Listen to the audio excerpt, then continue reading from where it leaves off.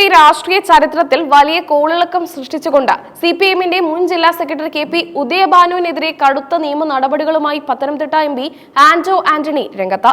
തനിക്കെതിരെ ഉന്നയിച്ച സാമ്പത്തിക ആരോപണങ്ങൾ പിൻവലിക്കണമെന്നും പരസ്യമായി മാപ്പ് പറയണമെന്നും ആവശ്യപ്പെട്ട് എംപി വക്കീൽ നോട്ടീസ് അയച്ചു. ആരോപണങ്ങൾ രാഷ്ട്രീയ പ്രേരിതമാണെന്നും തന്റെ പൊതുപ്രവർത്തന ജീവിതത്തെ അപകീർത്തിപ്പെടുത്താൻ ലക്ഷ്യമിട്ടിട്ടുള്ളതാണെന്നും നോട്ടീസിൽ പറയുന്നു.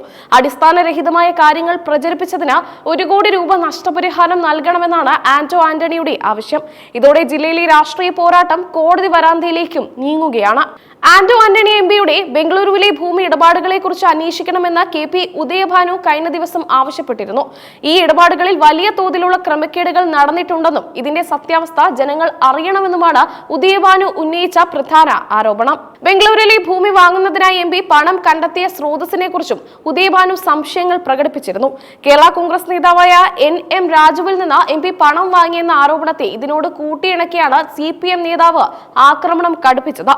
കേരള കോൺഗ്രസ് നേതാവായ NM രാജുവിൽ നിന്ന് എംപി പണം വാങ്ങിയെന്ന ആരോപണത്തെ ഇതിനോട് കൂട്ടിയിണക്കിയാണ് CPM നേതാവ് ആക്രമണം കടുപ്പിച്ചത്.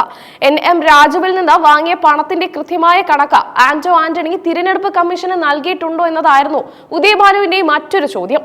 കമ്മീഷന് നൽകിയ സത്യവാങ്മൂലത്തിൽ ഈ തുക കാണിച്ചിട്ടില്ലെങ്കിൽ അത് ഗുരുതരമായ കുറ്റമാണെന്നും അദ്ദേഹം വാദിച്ചു.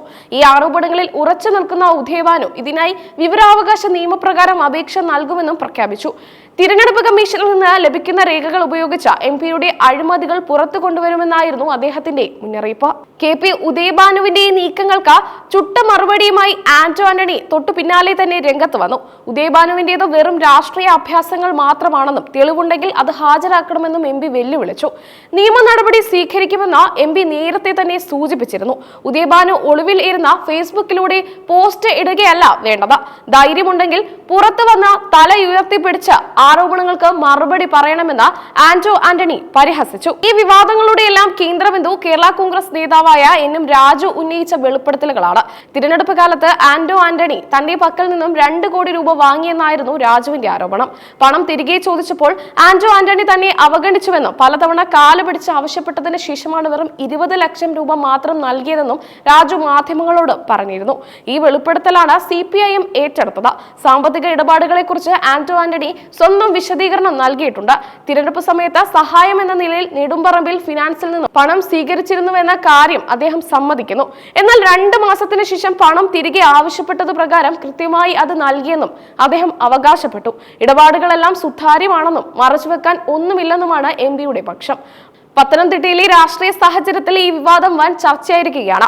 വരാനിരിക്കുന്ന തിരഞ്ഞെടുപ്പുകളിൽ ഈ അഴിമതി ആരോപണം ആയുധമാക്കാനാണ് ഇടതുമുന്നണിയുടെ നീക്കം. എന്നാൽ ഇത് വെറും വേട്ടയാടൽ മാത്രമാണെന്ന് UDF ആരോപിക്കുന്നുണ്ട്. കെ പി ഉദയഭാനു മുൻപും ആന്റോ ആന്റണിക്കെതിരെ കടുത്ത ഭാഷയിൽ പ്രതികരിച്ചിട്ടുള്ള നേതാവാണ്. ഇരുവരും തമ്മിലുള്ള വ്യക്തിപരമായ തർക്കം കൂടിയായി ഈ കേസ് മാറിക്കഴിഞ്ഞു. വക്കീൽ നോട്ടീസ് ലഭിച്ച സാഹചര്യത്തിൽ ഉദയഭാനുവിന്റെ അടുത്ത നീക്കം എന്താകുമെന്ന് രാഷ്ട്രീയ കേരളം ഉറ്റുനോക്കുന്നു. 1 കോടി രൂപ എന്ന വലിയ തുക നഷ്ടപരിഹാരമായി ചോദിച്ചതിലൂടെ ആരോപണങ്ങളെ താൻ എത്രത്തോളം ഗൗരവമായി കാണുന്നുവെന്ന് ബോധ്യപ്പെടുത്താനാണ് ആന്റോ ആന്റണി ശ്രമിക്കുന്നത്. ആരോപണങ്ങൾ ഉന്നയിക്കുന്നവർ അതിന്റെ പ്രത്യാഘാതം നേരിടേണ്ടി വരുമെന്ന് അദ്ദേഹം ഉറപ്പിച്ചു പറയുന്നു. വിവരാവകാശ അപേക്ഷയുമായി മുന്നോട്ട് പോകുമെന്ന് ഉദയഭാനു ആവർത്തിക്കുന്നുണ്ടെങ്കിലും നിയമപരമായ നൂലാമാലകൾ അദ്ദേഹത്തിന് വെല്ലുവിളിയായേക്കാം. തിരഞ്ഞെടുപ്പ് കമ്മീഷന് നൽകിയ കണക്കുകളിൽ പൊരുത്തക്കേടുകൾ ഉണ്ടോ എന്ന് കണ്ടെത്തുക അത്ര എളുപ്പമല്ല. ജില്ലാ രാഷ്ട്രീയത്തിലെ ഗ്രൂപ്പ് പോരുകളും ഈ വിവാദത്തിന് പിന്നിലുണ്ടെന്ന് രാഷ്ട്രീയ നിരീക്ഷകർ കരുതുന്നു.